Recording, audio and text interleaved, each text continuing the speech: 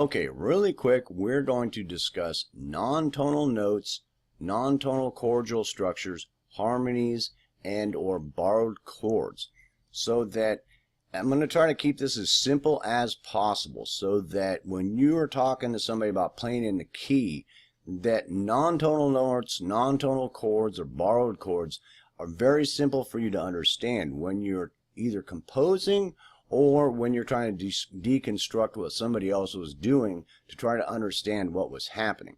First of all, that if you're playing in key, we'll just start with a major key. A major key, the major key of C. There's no sharps or flats in it. Okay, so you've got any of the white notes on the keyboard from C first octave to C to the next octave. Any of the white notes are playing in key. All right, you're playing in the key, so any one of those notes or any combination of those notes for chords can be used in the melody or the chord progression and be in the key. So that's very simple to understand. If you hit any one of these black notes on here in either part of your melody or forming a chord, that you're out of the key of C. All right, you're using a non-tonal chord or a non-tonal note in your melody or in a chord for that progression. It's very simple to understand. And a borrowed chord is very simple. It can be very complex, but the simple understanding is I'm playing in the key of C. So any of those white notes I can play. If I'm playing in the key of, if I decide to borrow a chord from, say, C minor scale, because C minor would go C, D, D sharp, or E flat, then it would go F, it would go G, A flat, it would go B flat, and then C again. And that would be the scale of C minor. So if I was playing in the key of C and I decided to play C minor, which is C, the E flat, and the G of A, the fifth interval, and the flat third, I'd be using a borrowed chord because I had thought about it and I'd borrowed a chord from C minor. So now that's a borrowed chord, and it worked the same way with notes. So I'd be using a borrowed tone from another scale. Does that make sense? And that can be very debatable if I just decide to play this flat third, what exactly I did. I mean, because there's lots of other scales and there's lots that note could be part of that I would be borrowing from. But if I just used it, you know, and didn't think in my head that I was borrowing it from C minor, then it's a non-tonal note or part of a non-tonal part of a chord. It would be some type of non-tonal chordal structure that I'm working with inside of the key of C. That I hope I made as simple and as clear as possible, so that, you know, the biggest thing that you'll learn when you start composing or you're deconstructing somebody else's music is that, you know, I'm playing in the key of C. So I play C major chord, I play an E minor chord, and then I play a D minor chord, right? Those are chordal structures that are going to be in the key of C. And then for some reason I decide to play a C minor after that. That's okay. The C minor would have this flat third in it. There's nothing that says you can't do that, you know, in theory. All right. The problem is getting to it, to that change, making it sound tasteful, getting it and using it, getting to it, going to it, and coming out of it back into the key or modulating to a different key. Because if I might be going, hitting that C minor and then changing to the key of C minor and playing some other progressions, but getting there tastefully to where it sounds good with all the other instruments and what's going on in the production, that's the biggest thing you have to understand. Now, you can study that for a long time, different types of compositions, all kinds of things, to where it can help you to understand different formulas, different ways people have done that, different chord progressions, getting from one place to another. Those can be very good to study. But the actual understanding of it's very simple. That way you understand that if you're playing in a key, you understand what notes can be played in there for melody, what notes can be used for chords while you're playing in that key.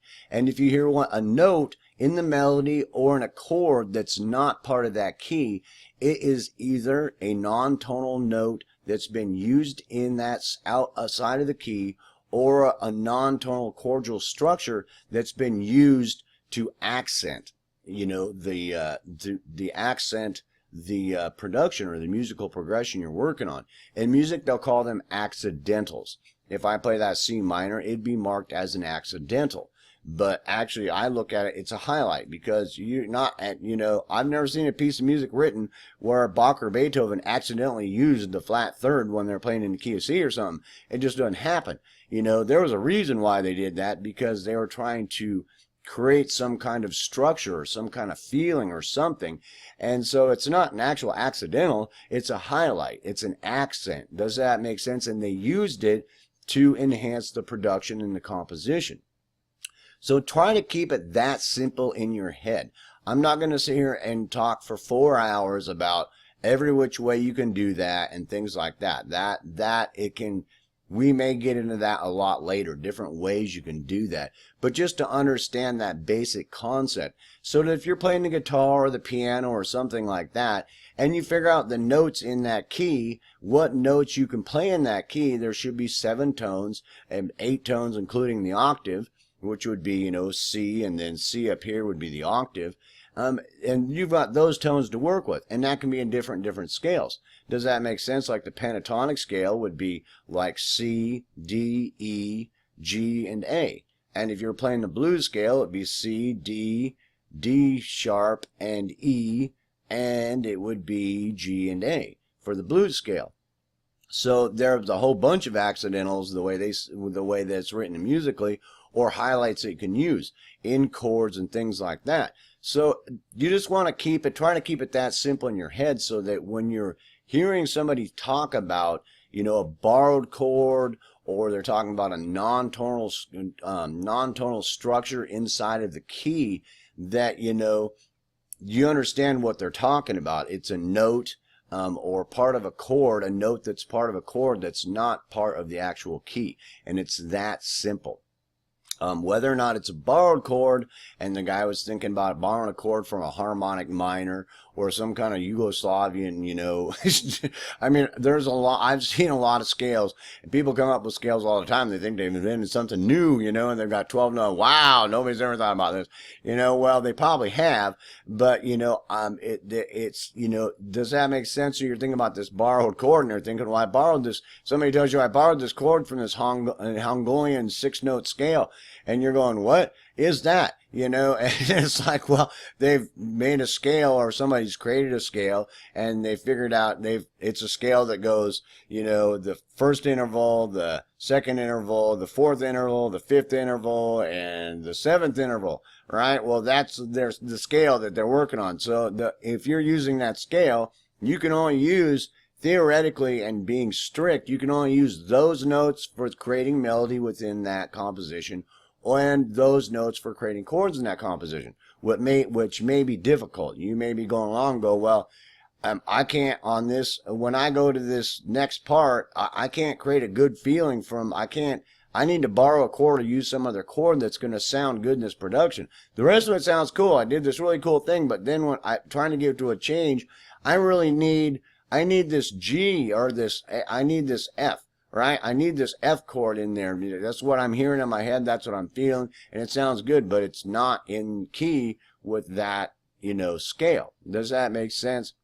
So they're using a borrowed chord or a non-tonal structure, to highlight the composition, or accent the composition, or help the composition moving forward. Does that make sense? So, I want you to keep it that simple in your head, so that at least when you understand that concept can get very complex. You talk to some people, all of a sudden they'll be telling you about, well, no, I actually borrowed this chord from a harmonic minor scale, the Lydian mode, that I put in this G minor composition.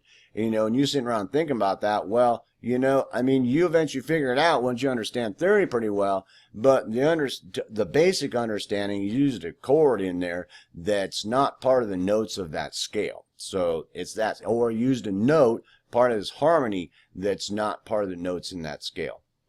And another thing that I want to point out is that when in improvising and things like that, that can help a lot. So that, you know, if you're playing along and you're playing in the key of C and you're improvising, and all of a sudden you go to this G flat or this F sharp, a lot of times it's okay if you don't stand on it too long and you're just using it for a little accent, to, like, you're hitting this F sharp up to G just real quick, you know, but you're not standing on it, or you're going down, or you're going somewhere else. Does that make sense? And if you don't stand on it, a lot of times you'll be messing around and it'll actually sound okay, even when the rest of the band isn't changing with you.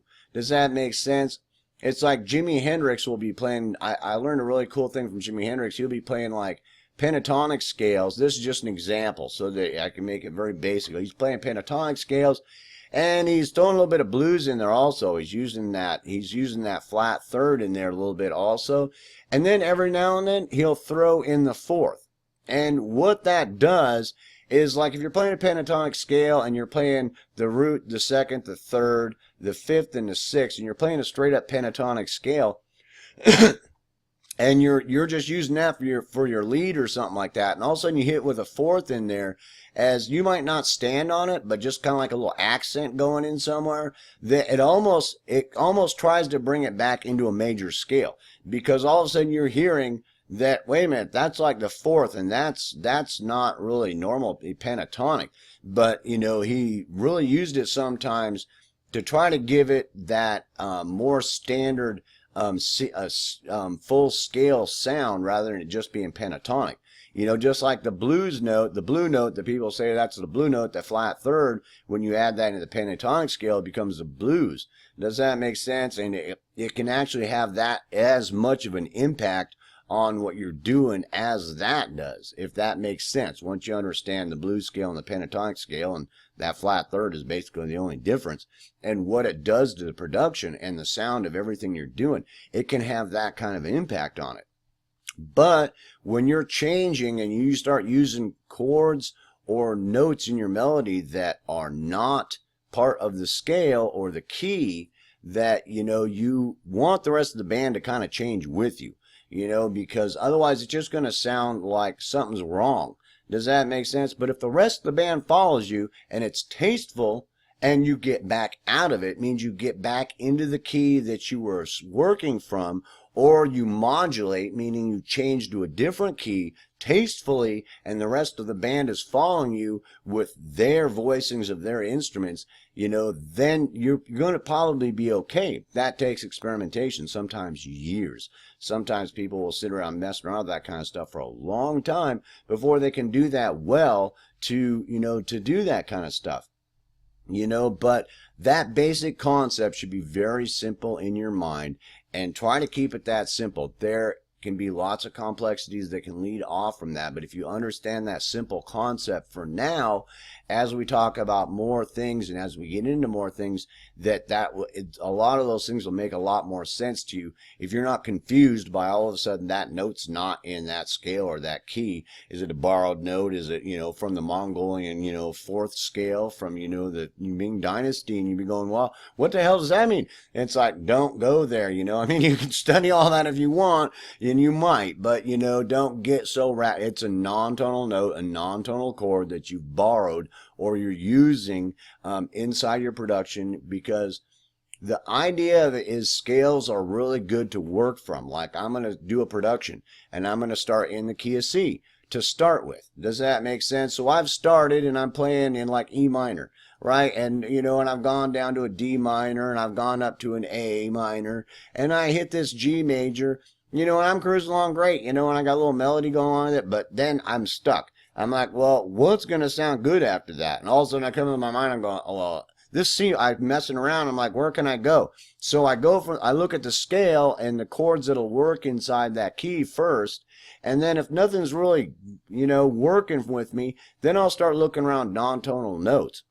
And I come to figure out that this flat third sounds good. So I make a C minor. You know, I go to the C minor next, and I've used a non-tonal chord in that production.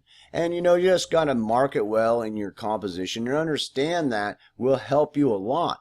Does that make sense? And you know, the concept isn't that difficult once you understand it that simply, and keep that concept real simple in your mind so that you can see it. And also, if you're listening to somebody else's music and you're looking at the score or something, and you start to learn how to figure out when you're listening to somebody else's composition, if you're playing by ear, and you don't have the guy's music, and you're going, well, it sounds like it's basically in the key of A, but that chord doesn't sound like key A because I've messed around with it. And it's like, doesn't seem like it's in the key of A, bro. That chord's like something else. And you can start digging around what note in there isn't correct. And you can go back and look at it and go, well, what note in there isn't correct?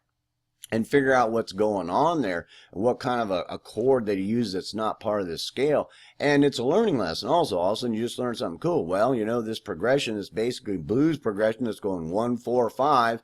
He added this other chord in there and it sounded really cool. Or he did it a little bit different with these different chords. That it can get very complex, but the basic understanding that will help you a lot as far as understanding theory.